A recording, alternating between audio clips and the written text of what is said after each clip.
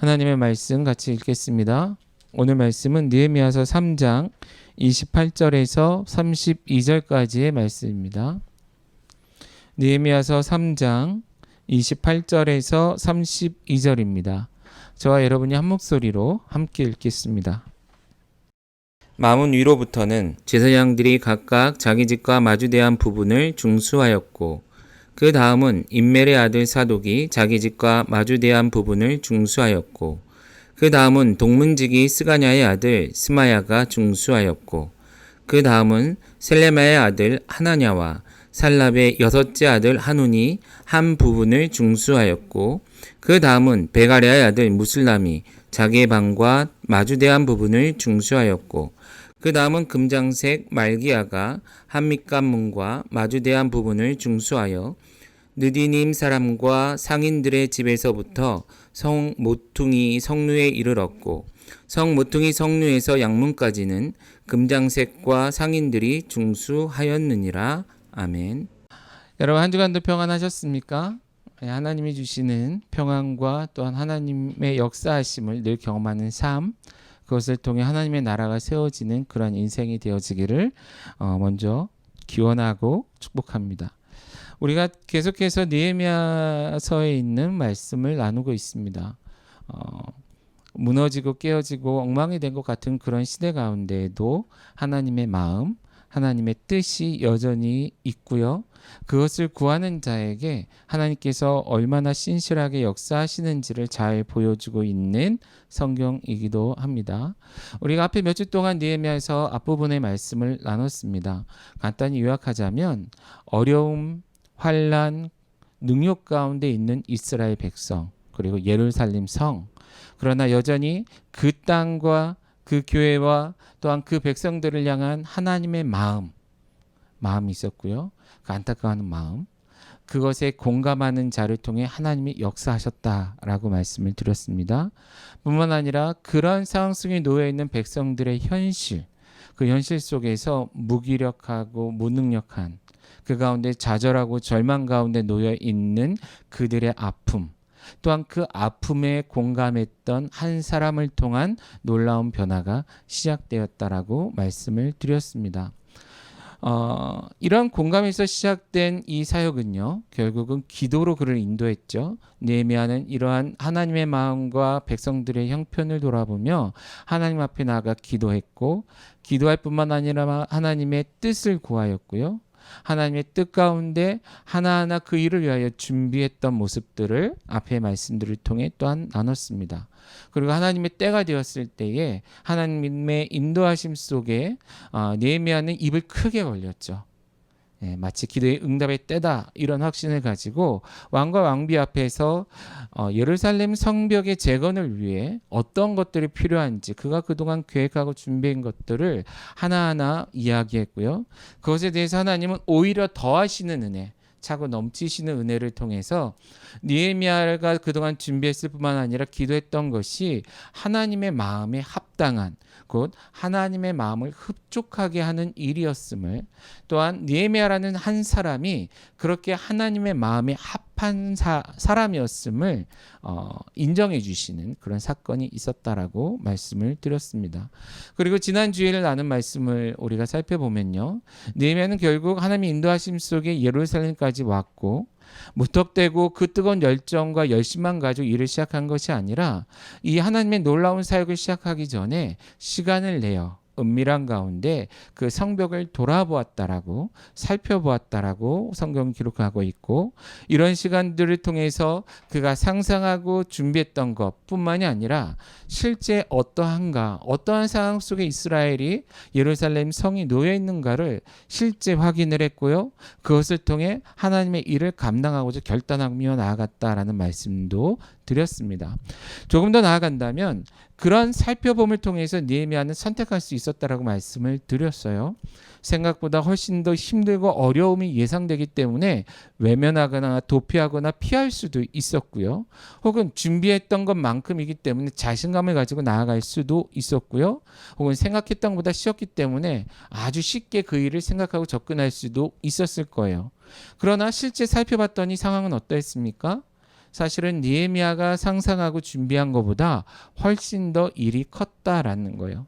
짐승 한 마리조차 제대로 돌아볼 수 없을 만큼 엄청난 폐허 속에 놓여 있는 예루살렘과 예루살렘 성벽, 그 가운데 무기력하게 살고 있는 이스라엘 백성들, 아마도 이렇게까지 돼 있는데 왜 아무것도 하려 하지 않았을까?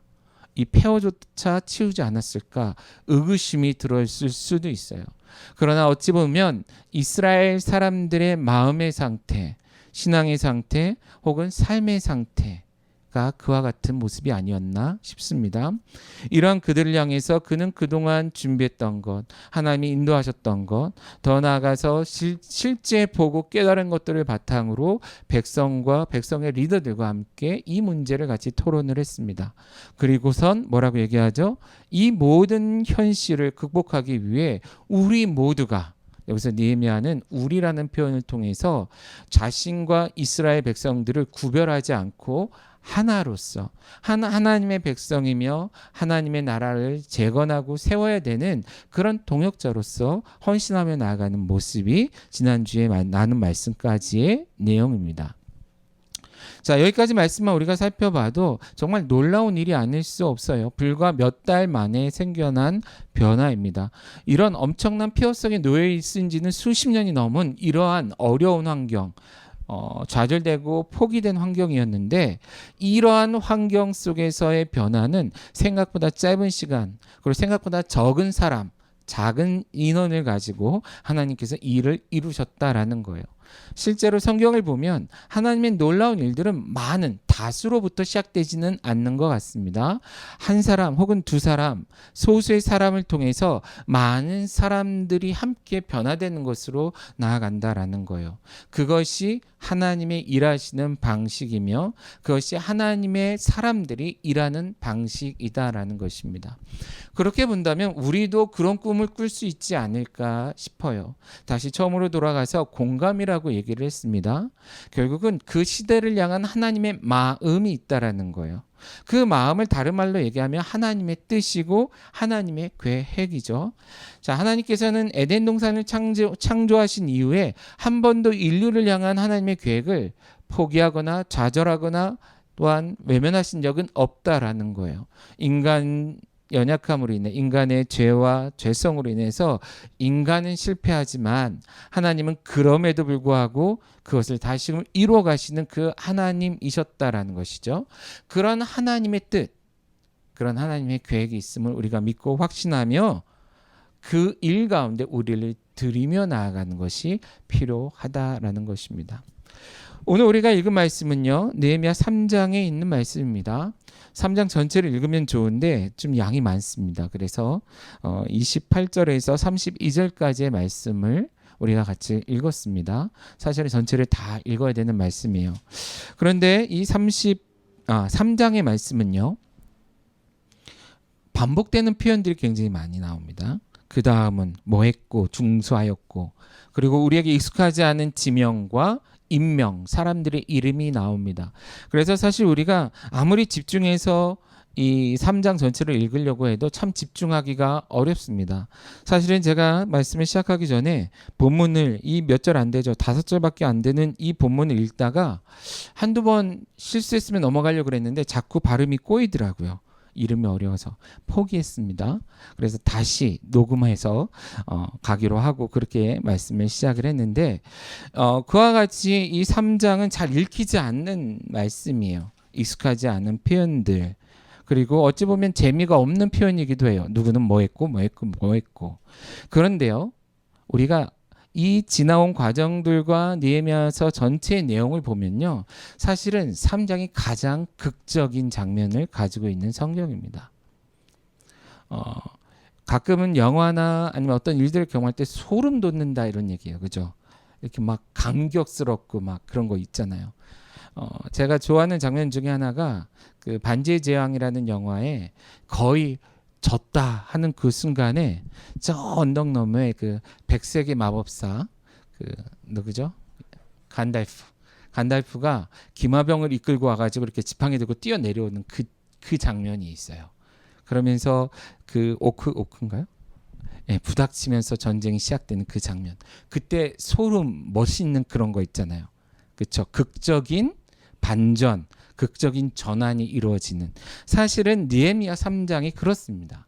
읽는 우리들에게는 좀 심심하고 밋밋하고 재미없어 보이지만 우리가 조금만 생각하면 마치 영화의 한 장면처럼, 그리고 우리 인생에 경험하게 되는, 와, 말도 안 돼, 어떻게 이런 타이밍에 이런 일이 일어나 할 정도의 큰 반전이 있는 장면이 바로 3장이다라는 거예요.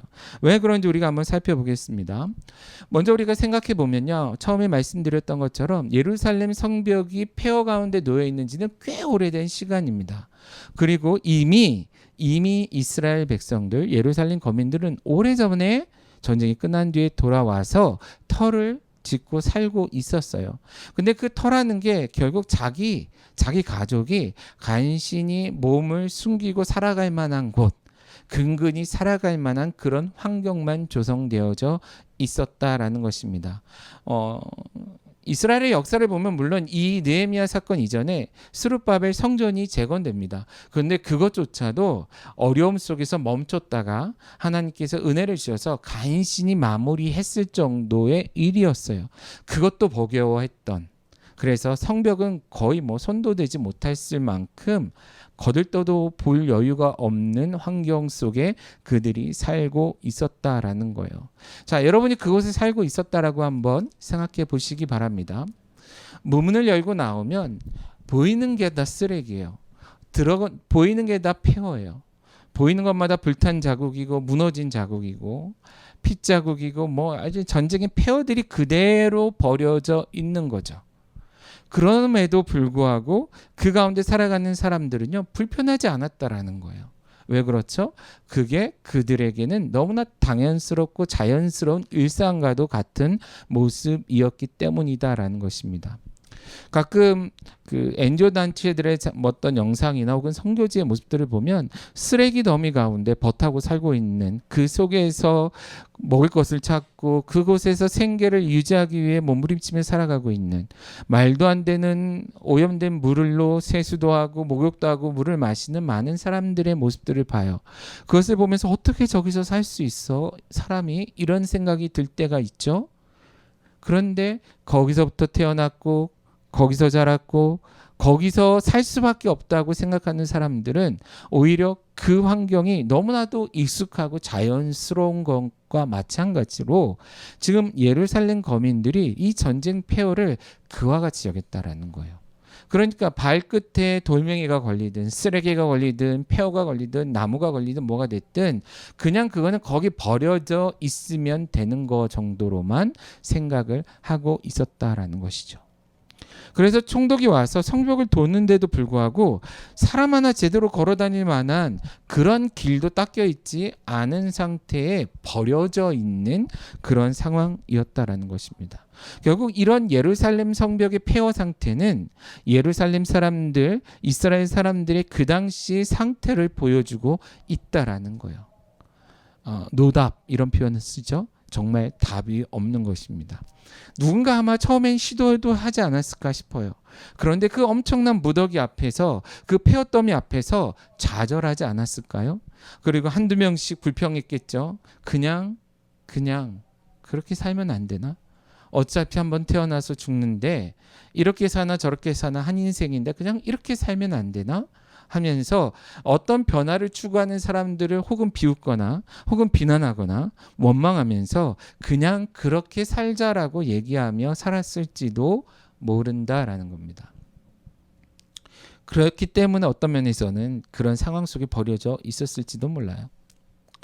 그런데 그러한 곳에 하나님의 마음, 하나님의 뜻, 하나님의 계획을 품은 느헤미야와 그의 동역자들이 찾아오고 그곳을 향한 하나님의 뜻, 하나님의 마음을 나누었고요.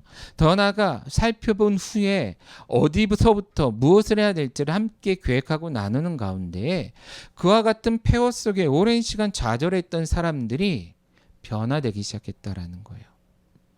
말도 안 되는 먼 곳, 이방 땅에서 공무원 생활하고 있는 느헤미야의 삶에 나타나신 그 하나님, 그 느헤미야를 통해 역사하신 그 하나님이라면 능히 이 예루살렘 성내에서 하나님의 성전 주위에 모여 살며 하나님의 나라를 회복하기를 기대하며 어느 날 누군가가 나타나서 이렇게 구원해 주기를 기대하며 살아나가고 있던 그들에게는 이런 느헤미야의 이야기가, 이런 도전이, 이런 나눔이 도전이 됐을 것이고, 그 나눔, 그 도전을 통해서 이 소망 없고 꿈도 없고 계획도 없고 아무것도 하려 하지 않던 그들의 삶에 작은 변화가 시작됐다라는 거예요. 할 수 있지 않을까? 해야 하지 않을까? 더 나아가서 해야 한다까지 갔다라는 것입니다. 할 수 있다까지 갔다라는 거예요. 그런 확신 속에 나타난 변화가 3장에 기록되어 있는 것입니다. 사실 인생을 보면요, 많은 사람들이 계획을 합니다. 청사진을 그려요. 그들의 이야기들, 그들의 계획을 들어보면 너무 멋있습니다. 그런데 왜 세상은 변하지 않습니까? 왜 삶은 변하지 않아요? 자, 어떤 사람들과 이야기를 보면 자기의 삶의 문제를 너무나 잘 알고 있는 사람들이 있어요. 나는 성격이 문제야. 나는 재정 씀씀이가 문제야. 나는 시간 관리를 잘 못해. 나는 신앙생활을 제대로 안 해. 기도도 안 하고 말씀도 잘 못 읽고. 난 그러니까 내 삶이 엉망이야. 알기는 잘 알아요.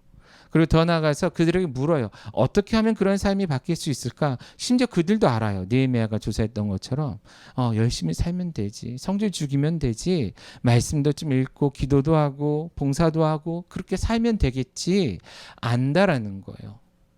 누가 가르쳐줘서 알 수도 있고 가르쳐주지 않아서 알 수도 있어요. 그런데 문제는 하지 않는다라는 거예요. 도전하지 않는다라는 거예요. 생각만 한다라는 거죠. 이스라엘 백성이 그렇게 살았을지 몰라요. 에스라는 먼저 왔었고 그 전에도 지도자들이 와서 여러 가지 얘기했을 때 알아요. 아는데 용기를 내지 않았고 믿음이 없었고 도전하지 않았었다라는 거예요. 그런데 하나님께서 느헤미야를 통해 역사하시는 그 일들, 그 도전, 그 계획 속에 하나님이 그를 통해 일하시는 그것을 바라보며 그들의 마음속에 뭐가요? 믿음이 생기기 시작했다라는 겁니다. 믿음을 통해 소망이 꿈틀거리기 시작했다라는 거예요. 아, 하나님이 일하신다면 과거 이스라엘이 모세와 함께 광야에서 40년을 헤맬 때에 모든 적들과 싸워 승리했던 것처럼, 또한 여호수아를 앞세워 가나안 백성들과 전쟁하며 나왔을 그때에 하나님께서 이스라엘에게 승리를 주셨던 것처럼 이 느헤미야와 함께 하나님의 나라를 위해 우리가 나아간다면 능히 하나님께서 이루시지 않을까? 이루실 수 있지 않을까? 이루실 거야 라고 믿기 시작했다라는 거예요. 소망을 갖기 시작했다라는 거예요.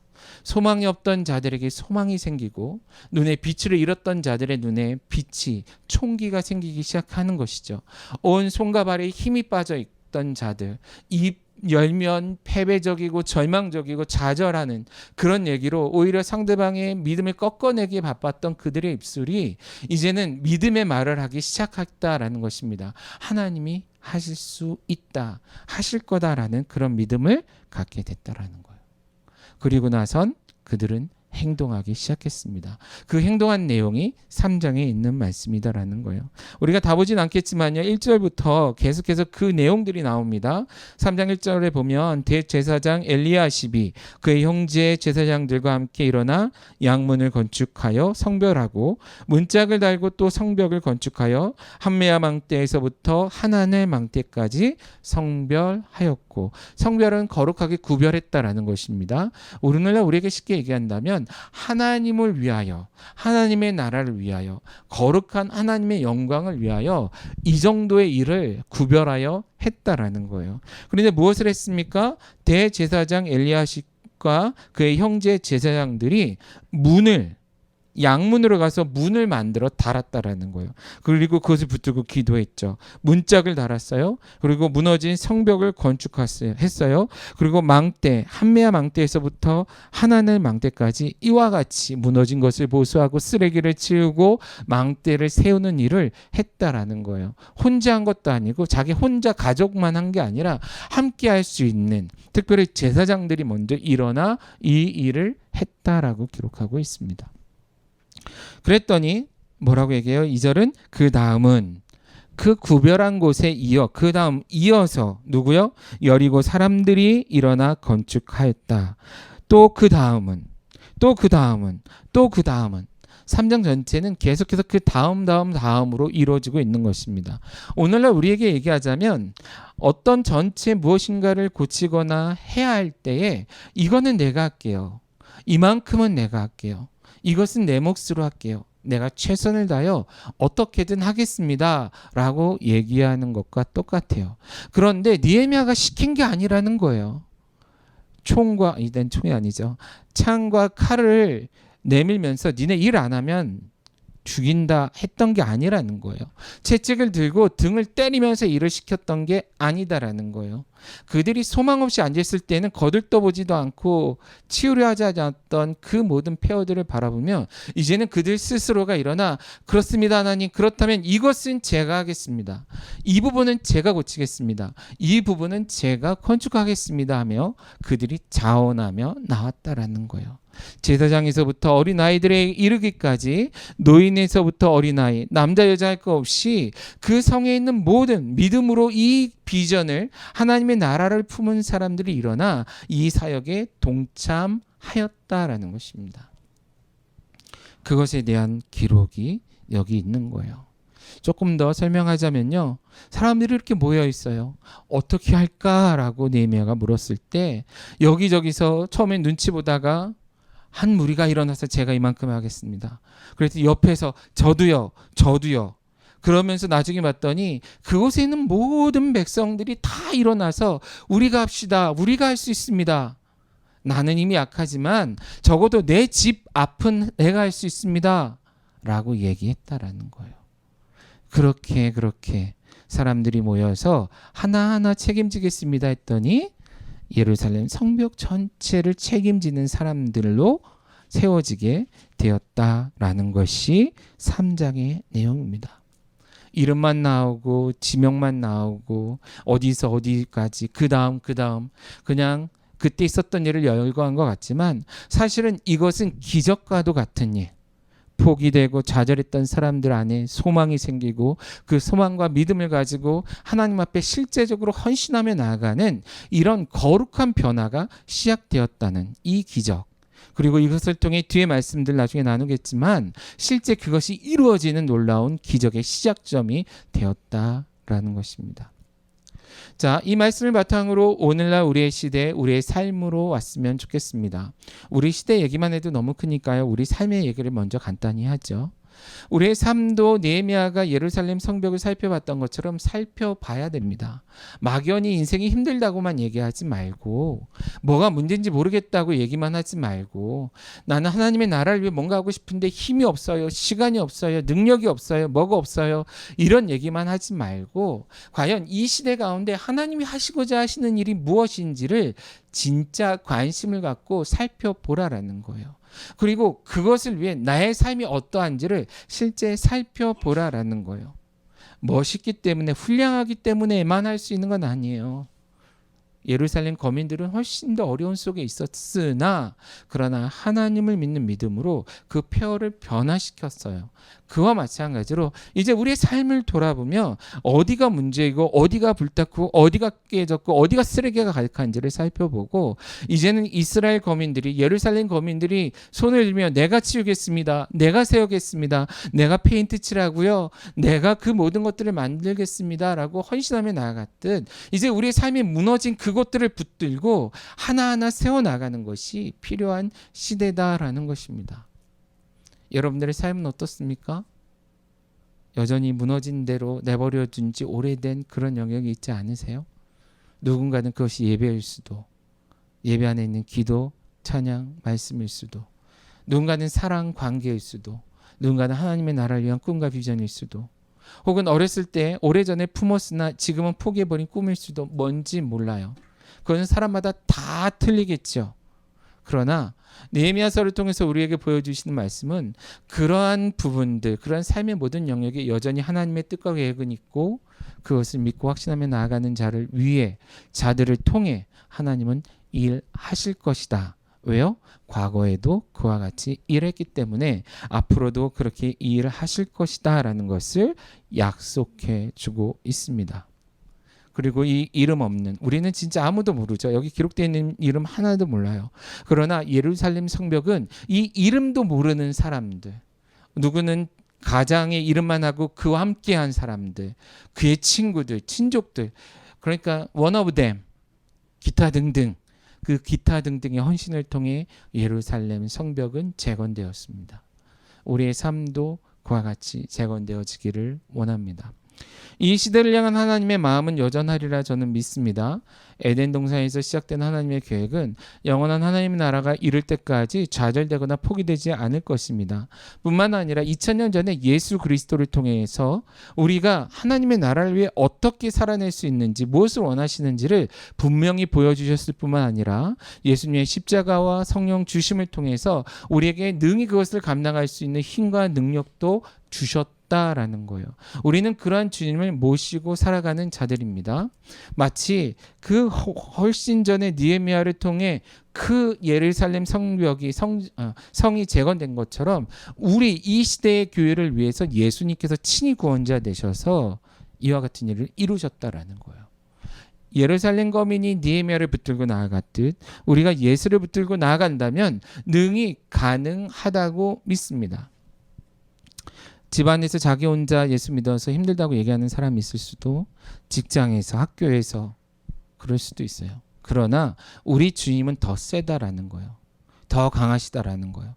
이것을 믿고 이제는 일어나야 되지 않을까 싶습니다. 처음부터 한 번에 바꿀 수 있을 거라고 생각하지 않아요. 하나씩 하는 것입니다. 3장 전체를 여러분들이 손으로 쓸 수 있다면 한번 세보세요. 몇 명이 어느 정도 구역을 나눠서 일을 맡았는지. 여러분들 인생을 그만큼 쪼개 보세요. 그리고 시기와 누가 어떻게 할 건지를 기록해 보세요. 그것에 따라 하나하나 회복시켜 간다고 생각해 보세요. 아무것도 안 하고 포기하는 것보다는 어느 순간 많은 것들이 일어났고 그것을 통해 생각보다 빠른 시일 내에 하나님의 나라가 우리의 삶에 회복되는 것을 경험하게 되리라 믿습니다. 건강한 교회도 마찬가지입니다. 그것을 기대하며 우리가 함께 나아가고 있습니다. 이것을 위해 전 세계를 바라보지만 한 나라 한 민족부터, 세상에 있는 모든 교회를 품지만 눈앞에 있는 한 교회부터, 세상에 있는 모든 민족과 백성을 품지만 내 앞에 있는 한 영혼부터 품고 그들 하나하나가 하나님 안에서 바로 세워질 수 있도록 함께 헌신하며 나아가는 그 귀한 사역에 여러분들이 함께 하셨으면 좋겠고, 이미 또한 함께 하심으로 인해 감사드리고 앞으로도 함께 할 수 있기를 간절히 소원해 봅니다. 아멘. 그런 믿음을 가지고 이 시간 함께 찬양하고 기도하고 또한 나아가서 여러분의 삶의 자리에서 지저분한 것을 닦아내고 쓰레기를 걷어내고 새로운 것들을 세워나가는 그러한 삶을 살아내는 우리 모두가 되어지기를 주님의 이름으로 축원합니다.